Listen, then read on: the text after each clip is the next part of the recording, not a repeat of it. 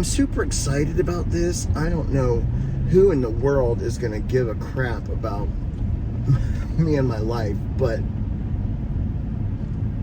I'm having a lot of fun already. I first had this idea, y'all, let me tell you about it. I first had this idea way back in 2003. I achieved some fame and notoriety in New York City for a cabaret show I was doing, and for a couple interviews I gave. And the guy that I met on the interview with New York One, his name was Itai Hot. Cute Israeli guy. Very nice.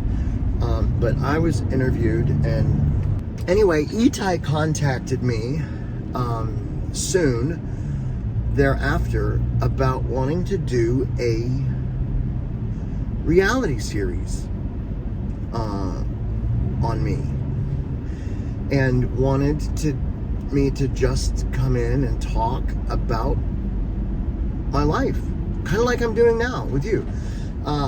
And I remember at the time I was living with this guy in Hell's Kitchen in New York City on 45th and 9th, I want to say it was. And I mean, the guy was a shyster. He was trying to make a buck every which way he could. I mean, I've never met anybody more shystery, but whatever. He rented the one bedroom in his house to me, and I liked the location, so that's where I was when I did my cabaret show, and etc. And I went and had like a test shoot with Itai, and I remember talking about that guy and how awful he was, and him complaining about I don't remember what he was complaining about, but he was a pill. And Itai said that I was wonderful, and he loved the talk, what happened. It was just a free flow, like I am now, just free flow talking. And they said that it ended up they didn't move forward with it, but that if they had, I was going to be the guy. And that made me very sad, because, you know, I'm an actor and I wanted fame. I thought that would bring me my fame, enough fame to get my Broadway show. But alas, it didn't happen. So here we are. I don't know why I didn't have this idea earlier to like do this sooner. You know, I don't know. There are risks. I will tell you this. I am a little concerned about what's at risk. I'm not concerned about myself. I've told my life story to everybody, anybody that'll listen. I've told it on national television. So there's not a thing about me that I haven't, you know, put out there for the world to see. And, you know, I did that for a couple of reasons. One is to protect myself. If you don't have any secrets, then nobody can hurt you. But they can discriminate against you without telling you. And that certainly has happened to me quite a bit. But the thing that I am most concerned about is, you know, people getting, thinking that they don't want themselves plastered on the internet, or the subject of a video, or you know, just that sense of privacy broken. And I get that, but it's not enough to make me forsake doing this. There are people who this is what they do in life, is these vlogs, and the more and more I video these things and edit, the more I love it. I love it. And I'm an open person. I just am. So this is where we are. This is where we are. And I hope that I don't lose work or a job. I hope I don't.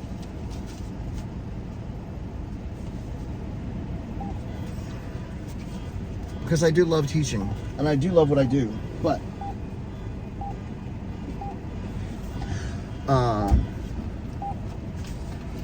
you know, it's like the song, I gotta be me.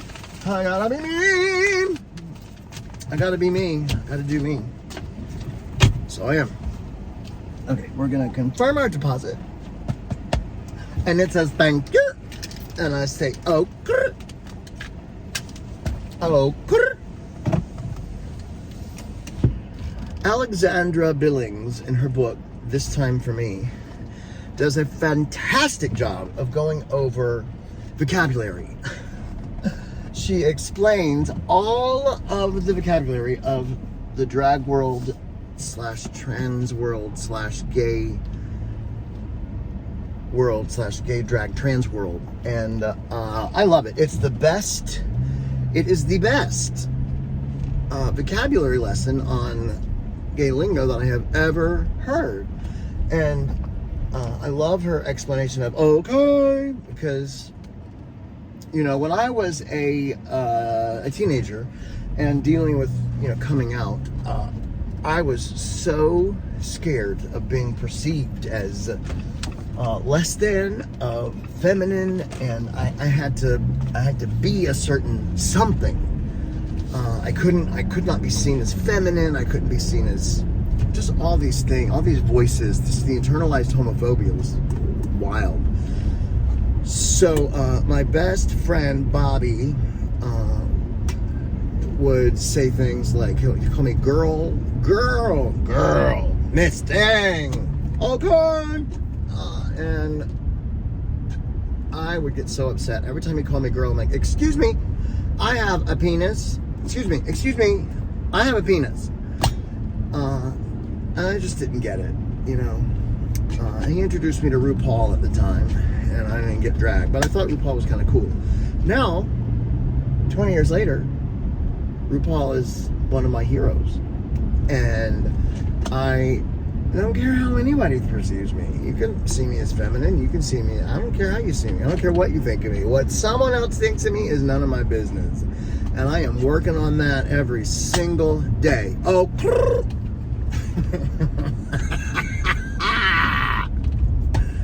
what someone else thinks of me is none of my business. Boy, I cared so much about what other people thought of me because I didn't fit in. I was all these things. I was bullied horribly in school.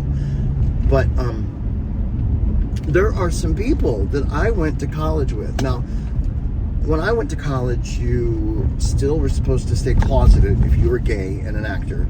And you were supposed to get a beard, which would be a female companion that would pretend with you for the public's sake.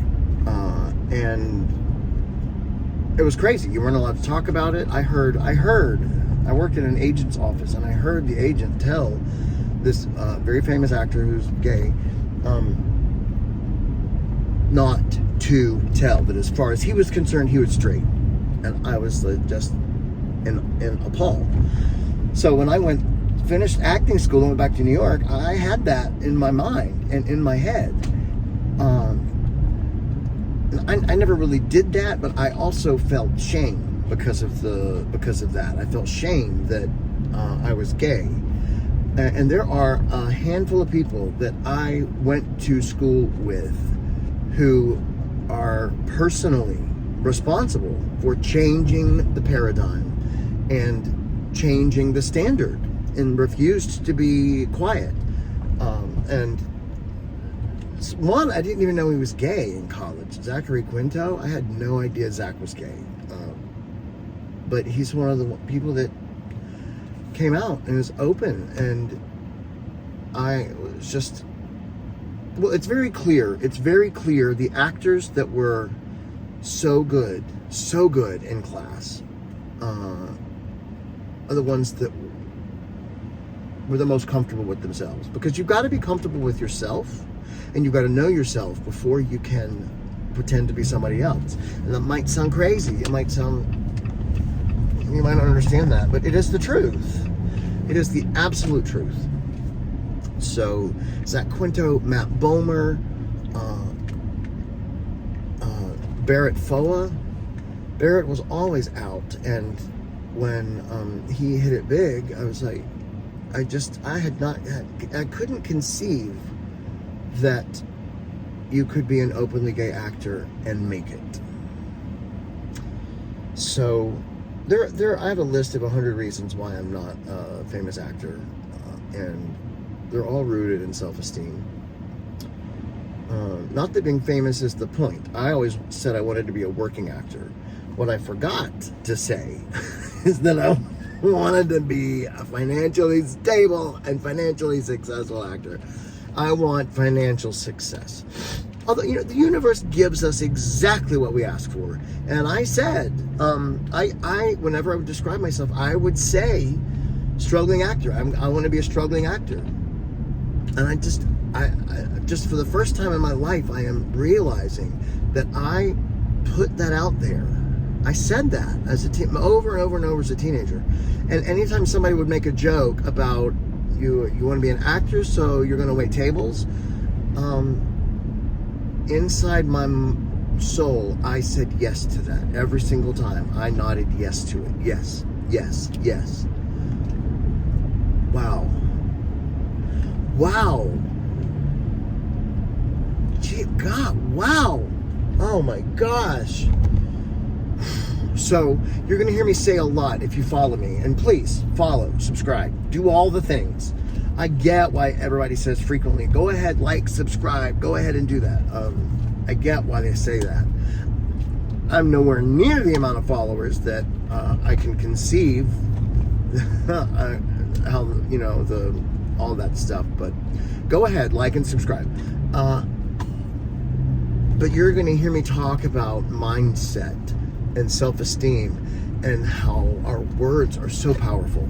The things I have in my life, they are all things that I thought that I could have, that I thought were possible, and that I dreamed of. Every role I've played, I've played every single one of my dream roles except for one, and I almost played that one. But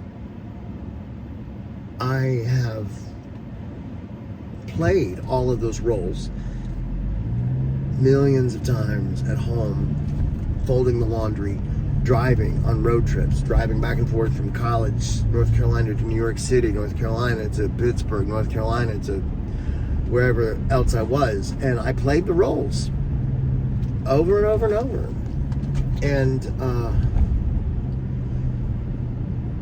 I manifested them. I clearly see where I manifested those things.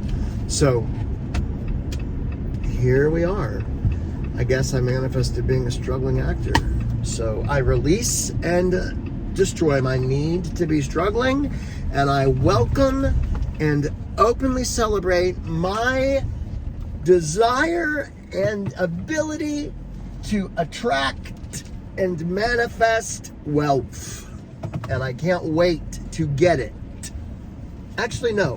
It's on its way to me, and I am experiencing it daily. That's it. And just so I have an ending, this is Tommy Foster being high maintenance. Here we go. Let's get